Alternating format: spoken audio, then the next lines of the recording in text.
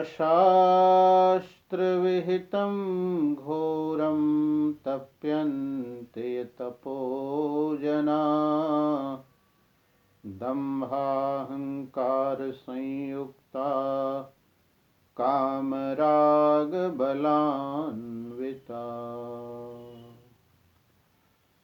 सभी देवियों और सज्जनों नमस्ते।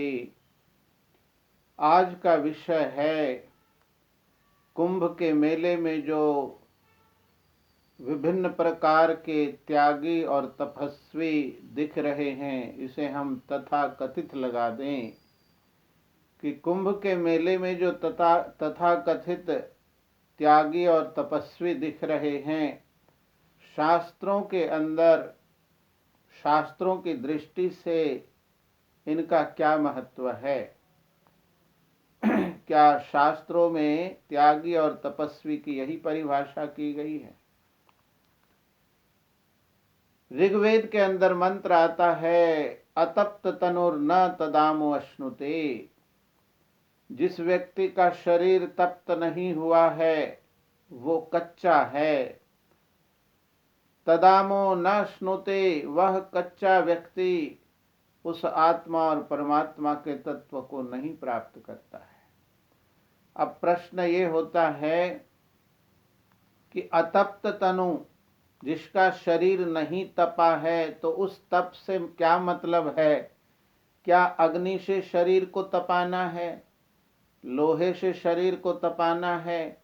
जैसा कि शैवों का एक संप्रदाय है कि लोहा गर्म करके अपनी भुजाओं में शरीर के विभिन्न स्थानों पर तपाते हैं और रुद्राक्ष आदि की माला धारण करते हैं और कहते हैं कि इससे शिव की, ब्रह्म की प्राप्ति होती है, ऐसा वो कहते हैं। कुछ लोग शरीर तपाने का अर्थ ये लेते हैं कि अपने चारों तरफ अग्नि जला ली जाए और बीच में, अग्नि के बीच में बैठा जाए, शरीर को तपाया जाए और ऐसा तप करने से आत्मा और परमात्मा की प्राप्ति होती है, इस तरह के अर्थ करते हैं। तो वास्तव में वेद का क्या यही तात्पर्य है कि जो अग्नि से तपेगा या लोहे से अपने शरीर को भिन्न भिन्न स्थानों पर दागेगा, वो व्यक्ति मुक्ति और मोक्ष को प्राप्त होगा? तो क्या ऐसे लोग मुक्ति और मोक्ष को प्राप्त कर चुके हैं? अगर शरीर को तपाने से मुक्ति मिलती है तो वो जो मजदूर हैं, जो भट्ठियों में 50 डिग्री, 60 डिग्री, 70 डिग्री, 80, 90, 100 और उससे भी अधिक ऊंचे तापमान पर भट्ठियों में काम करते हैं, दिन रात काम करते हैं, तो सबसे पहले अगर इस मुक्ति मिलती हो तो उनको मिलनी चाहिए। सबसे अधिक तप तो वो कर रहे हैं और वो ईश्वर से प्रार्थना भी कर रहे हैं, निर्धनता से बचने की प्रार्थना भी कर रहे हैं और साधना भी कर रहे हैं और परिश्रम भी कर रहे हैं, उस भट्ठी में तप रहे हैं और मजदूरी कर रहे हैं। तो अगर इस तरह से मुक्ति मिलती हो तो सबसे पहले तो उनको मिलनी चाहिए, पर उनको मुक्ति नहीं मिली। जो शरीर तपा रहे हैं, जो शैव लोग हैं, उनको भी नहीं मुक्ति मिली। लंबे समय से ये कार्य करते आ रहे हैं और जो पंचाग्नि जला करके शरीर को तपा रहे हैं, उनको भी मुक्ति के कोई भी इस जन्म में उनके जीवन में समाधि की प्राप्ति हुई हो, मुक्ति के कुछ झलक उनके व्यवहारों से, उनके कार्यों से तो नहीं हो रही। तो क्या वेद ने कहा कि अतप्त तनु न तदामो अश्नुते, कि जो तपा नहीं है, जो कच्चा है, वो उस आत्मा और परमात्मा को प्राप्त नहीं कर सकता है? तो इसका क्या मतलब है? तो वास्तव में मतलब ये अलंकार का है। वेद में अलंकारिक वर्णन भी है। अतप्त तनु, कि बिना तपे हुए शरीर वाला उसको नहीं प्राप्त करता है, वो कच्चा है। तो इसका मतलब ये नहीं कि उसको लोहे से तपाना है, दागना है, अग्नि जला करके शरीर को तपाना है। यहाँ तपाने से मतलब है, अगर हम उसको महाभारत में यक्ष और युधिष्ठिर का जो संवाद है उसके द्वारा मैं उत्तर दे दूं तो उसका अर्थ है सह धर्म वर्तित्वम तपः। तप क्या है? अपने धर्म में वर्तना, अपने धर्म में वर्तमान रहना। अपना जो भी कोई ब्राह्मण है, क्षत्रिय है, वैश्य है, शूद्र है, ब्रह्मचारी है, गृहस्थी है, वानप्रस्थी है, सन्यासी है, राजा है, प्रजा है, जो जिस कार्य को चयन किया है, जो जिस कार्य में दीक्षित है, उस कार्य को करते हुए जो भी कठिनाई आती है, जो भी बाधाएं आती हैं, उन बाधाओं के होते हुए भी उन बाधाओं को दूर करना, उन बाधाओं को पार करना और उन कठिनाइयों को पार करते हुए अपने धर्म में, अपने कर्तव्य कर्म में लगे रहना। सह धर्म वर्तित्वम तपः, अपने धर्म में, कर्तव्य कर्म में टिके रहना, इसको तप कहा है महाभारत के अंदर। तो वेद में जो कहा अतप्त तनुष्ण तदामु अश्नुते, कि जिसका शरीर नहीं तपा वो कच्चा व्यक्ति उसको नहीं प्राप्त करता है, इसका तात्पर्य वाचिक अर्थ नहीं लेना है, क्योंकि वाचिक अर्थ तो बैठ ही नहीं रहा। तो जहां पर वाचिक अर्थ काम नहीं करता है तो वहां पर लाक्षणिक और व्यंग्यार्थ से काम लेना पड़ता है। वेद का वाक्य है वो मिथ्या नहीं है, झूठा नहीं है, सत्य है। हमारे समझने में गलती हो सकती है, तो सही समझ यही है कि व्यक्ति को शरीर नहीं तपाना चाहिए, अग्नि जला के नहीं तपाना चाहिए, लोहे से नहीं तपाना चाहिए, जैसे कि कुछ शैव लोग कर रहे हैं और कुछ अज्ञानी या अल्पज्ञानी तथा कथित साधु संत लोग कर रहे हैं। और कुंभ के मेले में तो आप देख रहे हैं, कोई एक पैर पे खड़ा है, वर्षों से एक पैर पर खड़ा है, कोई अपना एक हाथ उठा करके या दोनों हाथ उठा करके जीवन भर उठाने का ये कीर्तिमान बना रहा है, इसको वो तप समझ रहा है। कोई व्यक्ति बड़े बड़े नाखून बढ़ा रहा है, उसको तप समझ रहा है, और उसी नाखून के सजाने, संवारने, संभालने में उसका जीवन लग रहा है। कोई व्यक्ति सोच रहा है कि हम जटा बढ़ा रहे हैं और जटा बढ़ाने को ही तप मान रहा है। कोई व्यक्ति नंगा रह रहा है, कोई भूखा रह रहा है और भूखे और नंगे रहने का कीर्तिमान बना रहे हैं, इसको वो तप समझ रहे हैं। तो ये क्या है? ये तप है या नहीं है? यदि आप योग दर्शन की परिभाषा में जाएंगे कि तप क्या है, तो तप द्वंद्व सहनम तपः। तप क्या होता है? तपो द्वंद्व सहनम। द्वंद्व क्या होता है? सर्दी, गर्मी, भूख, प्यास, निंदा, स्तुति, ये जो द्वंद्व हैं, जोड़े हैं, जो विपरीत हैं, जो दोनों एक के बाद दूसरे का आगमन होता है, तो निंदा और स्तुति, भूख और प्यास, सुख और दुख, सर्दी और गर्मी, तो इस तरह की जो विपरीत परिस्थितियां हैं उनको सहन करना द्वंद्व है, उनको सहन करना तप है। तो तप की परिभाषा यह है कि द्वंद्वों को सहन करना। तो द्वंद्वों को किस लिए सहन किया जाए? अगर हम सर्दी से बचने के लिए वस्त्र पहन सकते हैं, गर्मी से बचने के लिए हम शीत का प्रबंध कर सकते हैं, तो क्यों सहन किया जाए? लेकिन कह रहा है कि सहन करना धर्म नहीं है, लेकिन अगर स्थितियां विपरीत हों और अपने कर्तव्य कर्म को करने में विपरीत परिस्थितियां बाधक बने, तो उन विपरीत परिस्थितियों को सहन करना है। और जब वो विपरीत परिस्थितियां आती ही नहीं है, आपको उस परिस्थिति को झेलना ही नहीं पड़ता है, तो खामखा आप द्वंद्व सहन करना, खामखा दुख, व्यर्थ के ही दुख झेलना, व्यर्थ के ही ठंडी में अपने शरीर को तपाना, शरीर में अपने शरीर को कपकपाना, या अग्नि जला करके शरीर को तपाना। अग्नि जलाकर शरीर को तपाना, लोहे से शरीर को तपाना तप नहीं है। जानबूझ करके दुखों को बुलाना तप नहीं है। हमने गलत क्या समझ लिया शास्त्रों को? तो योग शास्त्र कह रहे तपो द्वंद्व सहनम, द्वंद्व को सहना तप है। लेकिन ये द्वंद्व कब? कि जब आप ध्यान में बैठे हैं, योगाभ्यास में बैठे हैं, आप ध्यान और योग कर रहे हैं, घर में बाधा आती है, पारिवारिक बाधाएं आती हैं, सामाजिक बाधाएं आती हैं, या प्राकृतिक बाधा आती है। प्राकृतिक बाधा क्या है? यही है, पशु है, पक्षी है, सर्दी है, गर्मी है, ये सब बाधाएं हैं। तो हवा है, पानी है, और अगर आप नगरीय इलाके में रहते हैं, विभिन्न प्रकार की ध्वनियां हैं। ये जो ध्वनियां हैं वो हमारे साधना को भंग करती हैं, उसमें बाधा उत्पन्न करती हैं, शोरगुल हो रहा है। तो ये सब बाधाएं साधक के लिए होती हैं।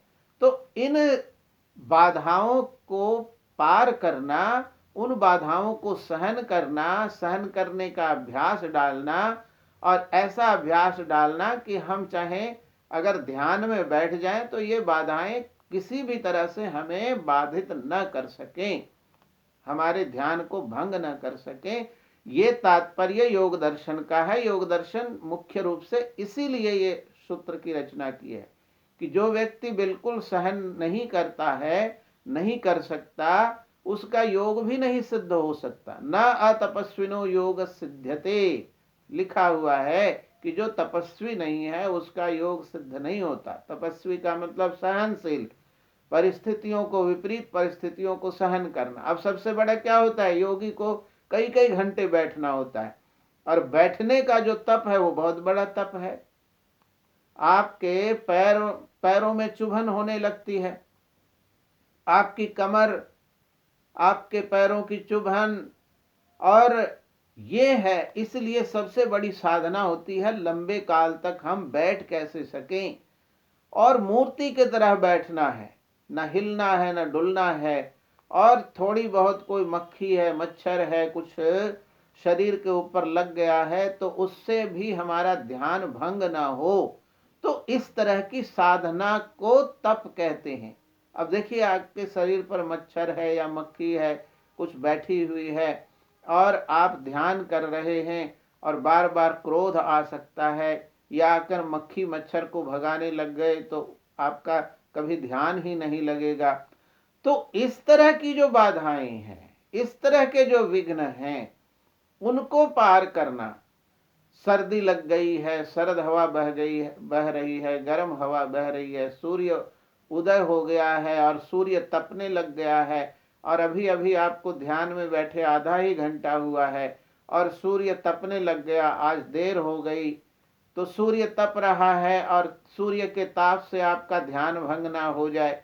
और सायंकाल ध्यान में बैठे हैं और चंद्रमा का उदय हो गया है, नक्षत्र उदय हो गया है, और वो सायंकाल की शीतलता से आपका ध्यान भंग ना हो जाए। तो ये जो परिस्थितियां हैं, सर्दी, गर्मी, भूख प्यास, और ध्यान के भूख प्यास के कारण आपका ध्यान भंग ना हो जाए, तो ये जो योगी का जो शरीर है वो तपस्वी होने का मतलब सहनशील होना है। और सहनशील ये सब भूख प्यास, सर्दी गर्मी, थोड़ा सा और शोरगुल भी अगर थोड़ी हो रही है तो उसकी भी उपेक्षा करना, और उसके ऊपर ध्यान ही नहीं देना, उसकी तरफ ध्यान जाना ही नहीं चाहिए। तो ये जो स्थिति को प्राप्त करना है, इसका नाम तप है। लेकिन आजकल मूर्खता के कारण, मूर्खता की ये पराकाष्ठा है। पता नहीं इन्होंने कभी वेद नहीं पढ़े, शास्त्रों का अवलोकन नहीं किया, किसी अच्छे गुरु से इनका कोई संबंध नहीं हुआ, इनको तप की परिभाषा पता नहीं है। तो वास्तव में ये जो कर रहे हैं, उल्टा हो रहे हैं, पुल्टा हो रहे हैं, कोई लोग जीभ को छेद रहे हैं, कोई गाल को छेद रहे हैं, कोई लिंग लिंग को रस्सी से बांध करके अपने मूत्र इंद्रियों को रस्सी से बांध करके उससे पत्थर खींच रहे हैं, कोई बालों से वाहनों को खींच रहे हैं, बाल बढ़ा रहे हैं और उसके शक्ति दिखा रहे हैं, इसका नाम ये तप समझ रहे हैं। वास्तव में ये धूर्त लोगों का आचरण है और वो मूर्ख लोग उससे प्रभावित होते हैं, भोले लोग प्रभावित होते हैं। और इसीलिए ये भोले लोगों को प्रभावित करने का षड्यंत्र है। पहले तो ये मूर्खता लगती है कि वास्तव में ये मूर्ख हैं कि क्यों अपना जीवन इस तरह से व्यर्थ कर रहे हैं। ये दया के पात्र हैं, इनको स्वाध्याय करना चाहिए। स्वाध्याय तपः, स्वाध्याय करना तप है। टिक करके वेदों का अध्ययन करना चाहिए, संस्कृत भाषा का अध्ययन करना चाहिए, शास्त्रों का अध्ययन करना चाहिए, इसमें समय बिताना चाहिए। आपकी रुचि नहीं है तब भी, तब क्या है कि जो कर्तव्य करना है उस कर्तव्य करने में बाधा क्या है? हमारी रुचि बाधा है, हमारा शरीर बाधक है, हमारा आलस्य बाधक है। तो हम अपने आलस्य पर विजय प्राप्त करें। हमारी रुचि नहीं है लेकिन कार्य श्रेष्ठ है। तो जो सन्यासी तथाकथित रूप से सन्यासी बन गया, संत बन गया, साधु बन गया और तथाकथित महात्मा बन गया और पढ़ता लिखता नहीं है, पढ़ने लिखने में मन नहीं लगता है, तो वो काहे का साधु और सन्यासी, वो कैसा तपस्वी है? तो वो लोग अपनी धूर्त चाल चलते हैं और सामान्य लोगों को बहका करके और उनको प्रभावित करके आजीविका कमाने, पैसे ठगने, प्रभावित करने और चेला मोड़ने की दृष्टि से ये विभिन्न तरह के दिखावा करते हैं। कोई बड़े बड़े जटा बढ़ा लिया, कोई बड़ा नाखून बढ़ा लिया, कोई भूत रमा लिया, कोई नंगा हो गया।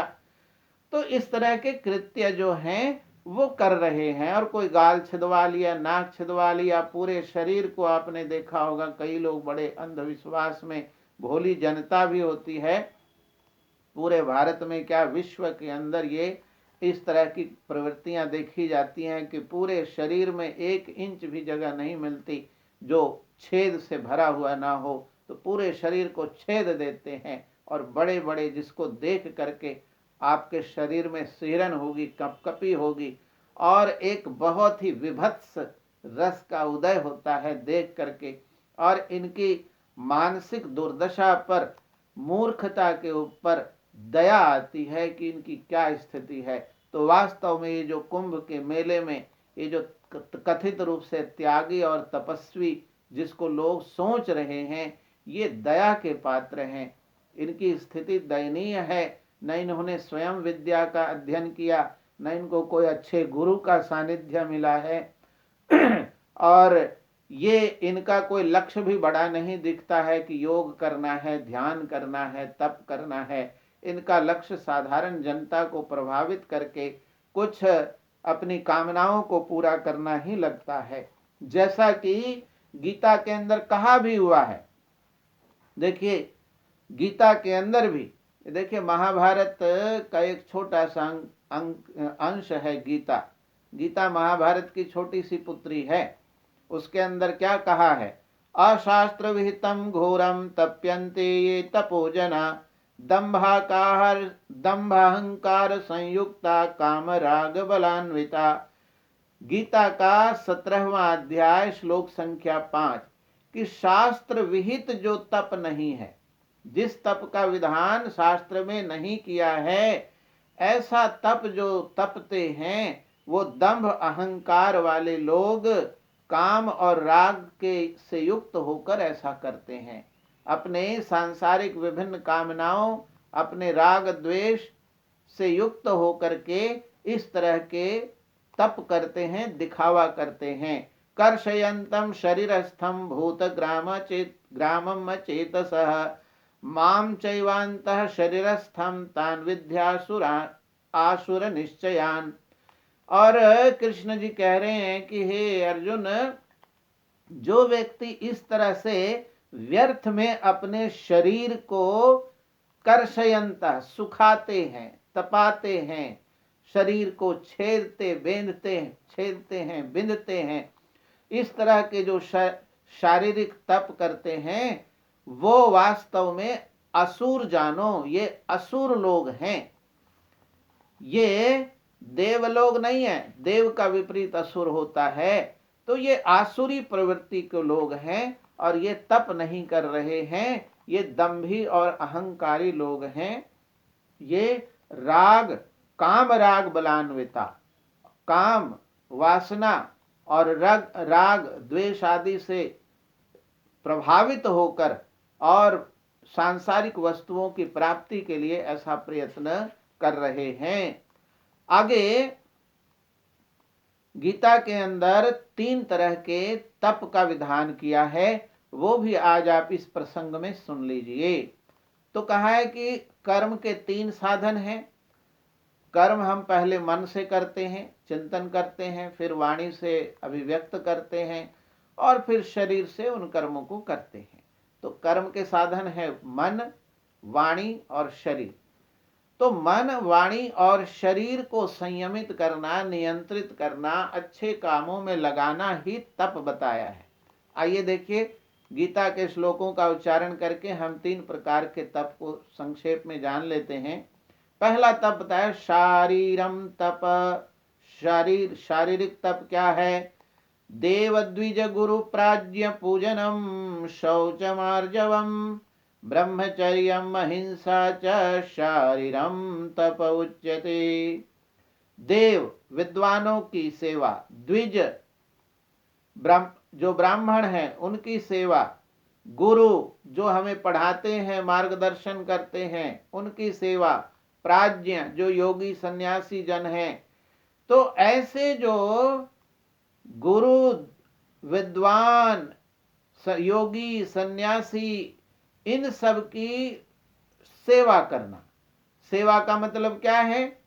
उनके लिए भोजन की, वस्त्र की व्यवस्था करना, उनके कार्य, उनका चाहे झाड़ू लगाना है, वस्त्र धोना है, और उनके लिए कोई सामान लाना है, जो भी कार्य है, तो उसके द्वारा उनकी सेवा करना, अनुकूल व्यवहार करना।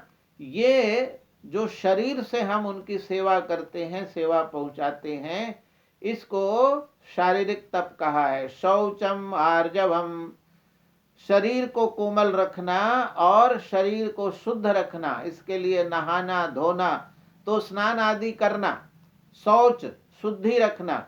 ये जो अघोरी हैं, जो वास्तव में, अब देखिए गीता में कहा है शौचम, शुद्ध रहना, पवित्र रहना। कौन सा? अपना शरीर शुद्ध रखना, स्नान आदि करके शरीर को शुद्ध रखना और आसपास के वातावरण, अपने घर के पास के वातावरण को सबको शुद्ध रखना, झाड़ के पोंछ के शुद्ध रखना, इसको शौच कहा है और ये शारीरिक तप है। अब ये तपस्वी क्या कर रहे हैं? अपने पास खोपड़ी रख रहे हैं, मुर्दा रख रहे हैं, जटा बढ़ाए हुए हैं, कभी नहाना नहीं होता। जटा बनती क्यों है? जटा तो स्नान न करने से बनती है।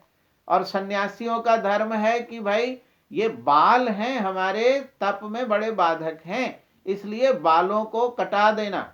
जब सन्यासी होते हैं तो सन्यास लेने का मतलब होता है क्षौर कराना। एक आवश्यक कार्य होता है, आवश्यक विधि होती है। जो सन्यास ग्रहण करता है उसके बाल होते ही नहीं है, उनको बाल कटवाना पड़ता है। और जैनी लोग तो बाल लुंचवाते हैं, एक एक करके बाल निकलवाते हैं, दोबारा बाल न जमे। और बाल से तो अनेक दंभ अहंकार आते हैं, क्यों? और बाल को संभालने में बहुत अधिक समय योगी का, साधक का लगता है। और इसी से बचने के लिए साधक है हर 3-4 दिनों पर या सप्ताह में 15 दिन में बालों को उतरवाते रहते हैं, बाल रखते ही नहीं।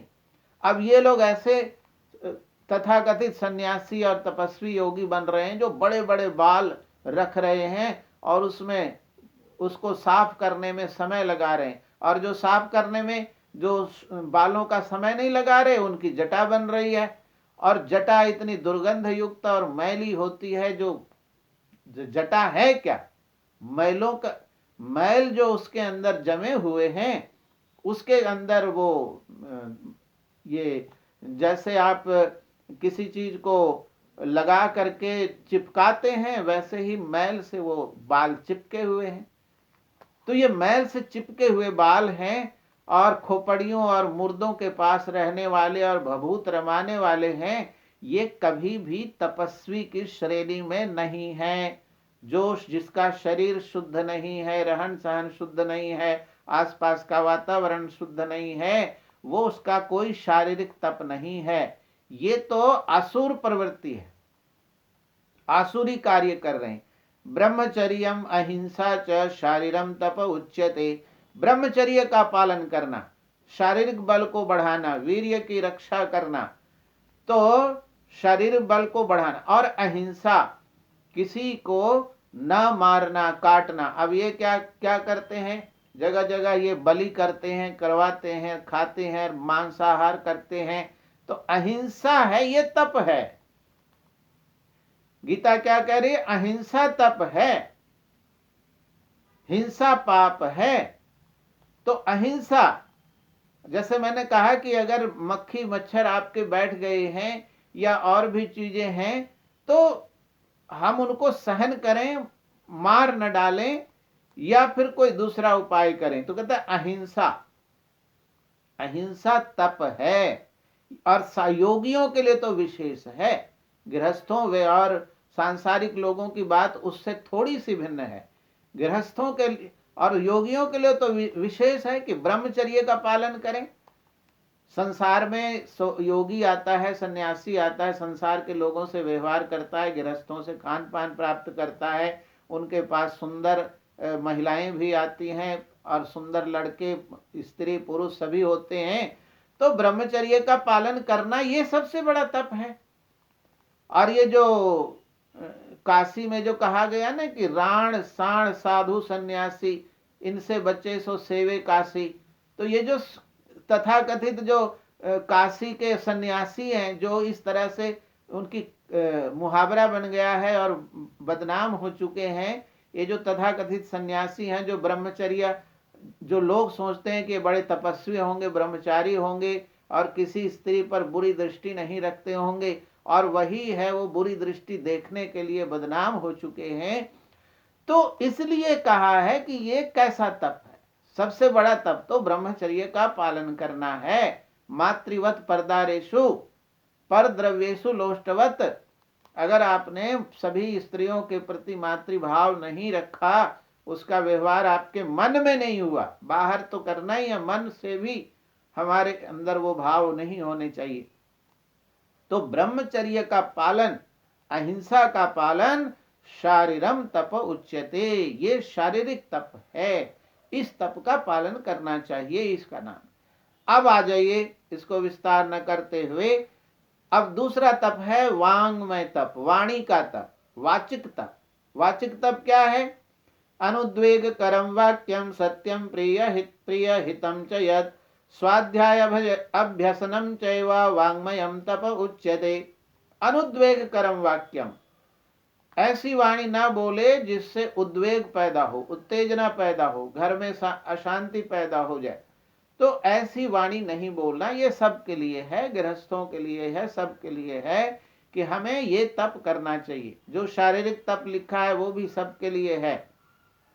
ये सारे तप सबके लिए हैं, सन्यासियों के लिए, ब्राह्मणों के लिए, पंडे पुजारियों के लिए, साधु संतों के लिए तो विशेष है। उनको तो 100% इस पे शुद्ध उतरना चाहिए। और सामान्य रूप से सबके लिए है, गृहस्थों के लिए भी है, ब्रह्मचारियों के लिए भी है, बिल्कुल है। अनुद्वेग करम वाक्यम सत्यम प्रिय हितम जयत। हमारी वाणी उत्तेजना पैदा करने वाली, कलह पैदा करने वाली, अशांति पैदा करने वाली नहीं होनी चाहिए। तो ऐसी वाणी बोलना तप है। सत्यम, सत्य बोलना तप है। सत्य बोलना तो बहुत बड़ा तप है, बहुत बड़ा साहस का काम है कि व्यक्ति सत्य को बोले, सत्य को अभिव्यक्त करे। लेकिन प्रियम और प्रिय वाणी हो, वाणी सत्य भी हो और प्रिय भी वाणी हो, तो सत्य वाणी, प्रिय वाणी, और जिस वाणी से शांति और सुख हो, ऐसी वाणी का उपयोग करना वाचिक तप है। और क्या है आगे? स्वाध्याय। स्वाध्याय वाणी से बोलते हैं, पढ़ पढ़ करके जो स्वाध्याय करते हैं, वेदों का, शास्त्रों का, अपने इतिहास का जो उच्चारण कर करके अध्ययन करते हैं, वाचन करते हैं, तो स्वाध्याय अभ्यसनम, जो स्वाध्याय का अभ्यास करना है, वांग्मयम तप उच्यते, वाणी का तप है। और सनातन धर्म के विनाश का तो एकमात्र कारण, अगर सबसे बड़ा, सबसे ऊपर का कारण है, तो यही है कि सनातनी पढ़ते और लिखते नहीं हैं। इन्होंने वेद शास्त्र रखना छोड़ दिया, पढ़ना लिखना छोड़ दिया। अब इनको पता ही नहीं है कि कुंभ किस लिए होता था। कुंभ तो इसीलिए होता था कि जहां पर लोग इकट्ठे होकर शास्त्रार्थ करें, संवाद करें, सनातन धर्म की रक्षा के विषय में सोचें कि सनातन धर्म का ह्रास क्यों हो रहा है, पतन क्यों हो रहा है, या सनातन धर्म में ये आचरण में परिवर्तन क्यों हो रहा है, उस परिवर्तन को हम कैसे विपरीत परिवर्तन करके सीधा करें। तो कुंभ का तो समागम था कि सभी विद्वान, योगी, सन्यासी, तपस्वी, शंकराचार्य आए और सारा जो सत्संगी समाज है, सनातनी लोग हैं, जागरूक लोग हैं, वो इकट्ठे हो करके संवाद करें, शंका समाधान करें, शास्त्र चर्चा करें, शास्त्रार्थ करें। तो इसके लिए था।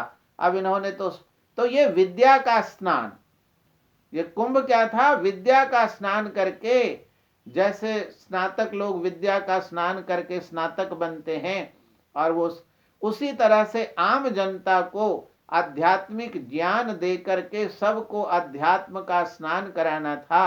अब इन तथा कथित शंकराचार्यों और ये मठाधीश महंतों और तथा कथित ये शास्त्रीय आचार्य धर्माचार्यों ने कह दिया कि नहीं, पानी में स्नान करने से मुक्ति मिलती है, गंगा में स्नान करने से मुक्ति मिलती है। तो ये मूर्खता की पराकाष्ठा है। और ये लोग कैसे समाज को बहका रहे हैं, भड़का रहे हैं, बहका रहे हैं, इनका अज्ञान का शोषण कर रहे हैं, इनको लूट रहे हैं, इनका मार्ग भ्रष्ट कर रहे हैं। क्या इनको नहीं पता है? इन्होंने गीता तक नहीं पढ़ी है कि स्वाध्याय अभ्यसनम चैव वाङ्मयं तप उच्यते, कि स्वाध्याय करना तप है, ब्रह्मचर्य का पालन करना तप है, अहिंसा करना तप है। और ये वेद शास्त्रों से विहीन, इनको कह रहे हैं केवल स्नान